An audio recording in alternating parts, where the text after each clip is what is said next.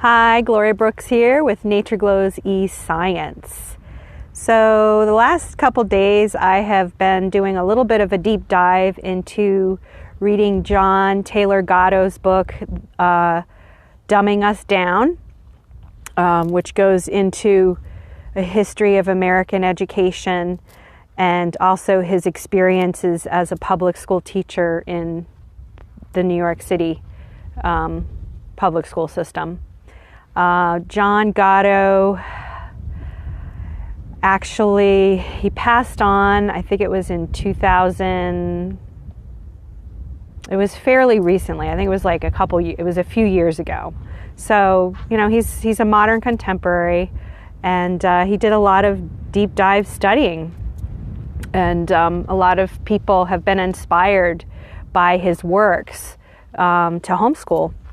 And yeah, so it's just really amazing, the things that I've been reading. And I've watched his videos in latter years as well.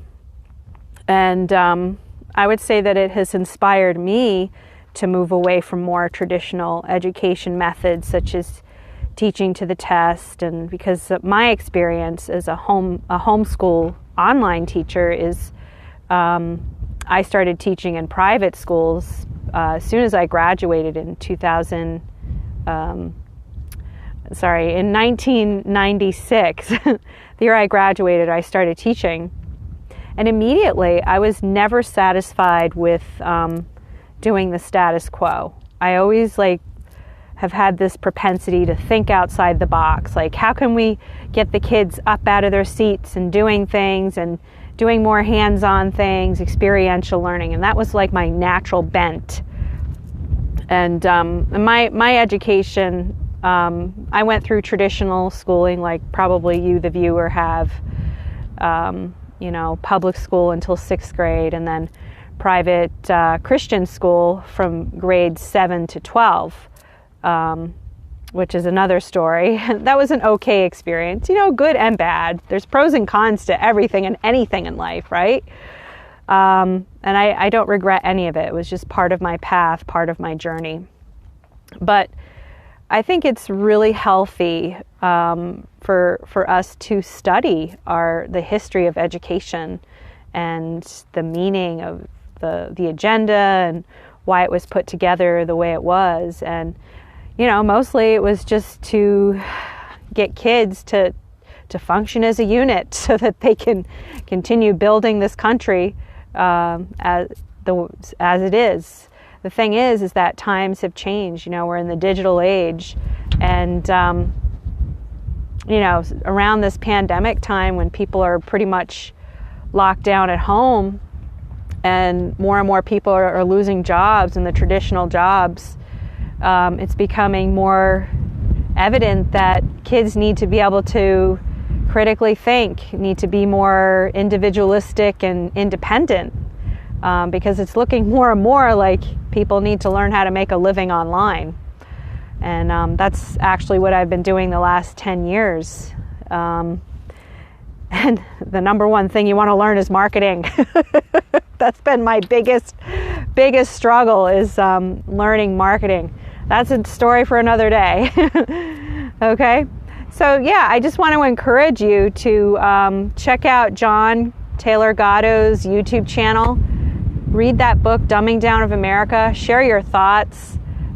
Just really curious about what other people think about it. I've only heard positive things from people in the homeschool community.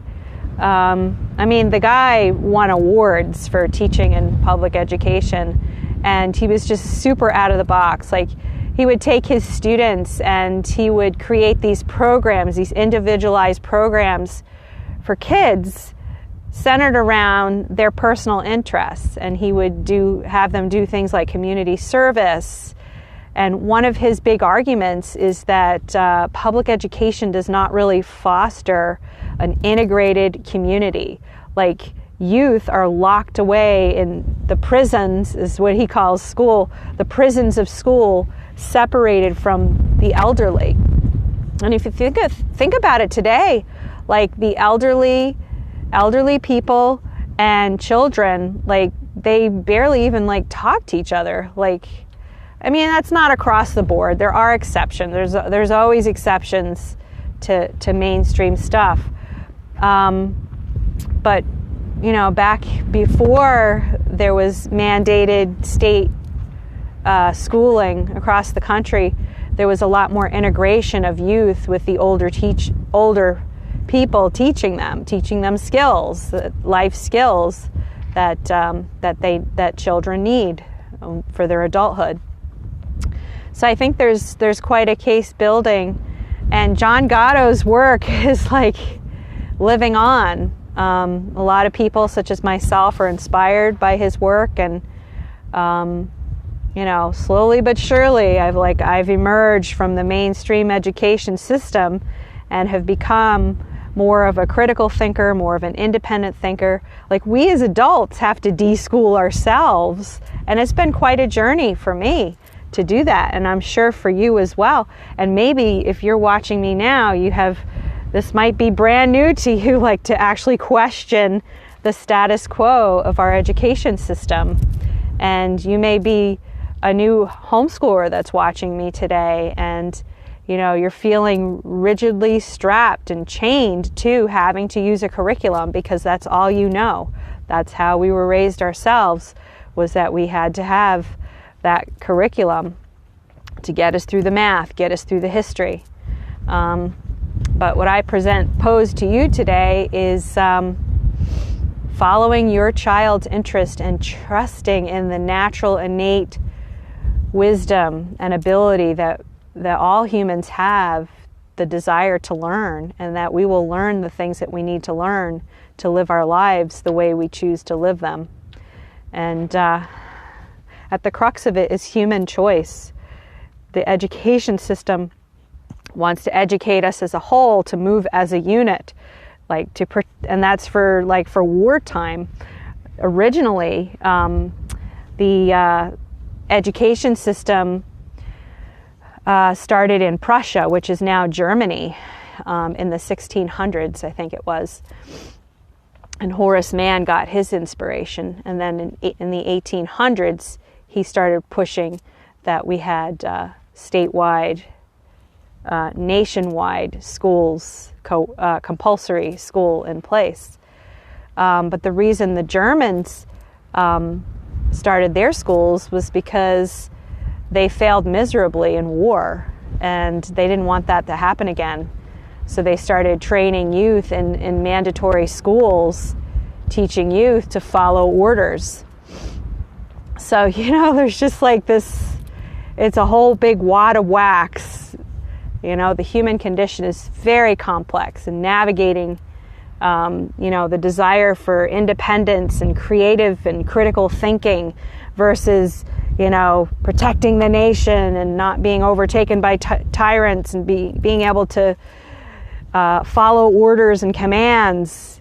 But if people don't know how to do that because, you know, they're all doing their own thing, boy, you know, it's just a lot to think through. And I think that humanity is trying to figure out the balance with all these pros and cons. And I'm really thankful for people like John Gatto that think outside the box. We need people like him that are blowing the whistle. All right, so those are my thoughts today. Please grab my unit study planner. That's my free gift to you. I'm a strong proponent of unit studies right now. See, I have evolved over the years myself. I've always loved unit studies, though. Unit studies are such a great way for kids to follow their top learning interests. And then my planner allows you to record that, and it's just one sheet of paper per child, or one piece of paper, one side, or you can copy it and have several pages for one unit study. Just whatever, you know, use it however you want, and then you can have that for your record keeping for your state reporting. And I encourage you that planner to be used It can be literally take as little as 15 minutes to plan out your next unit study.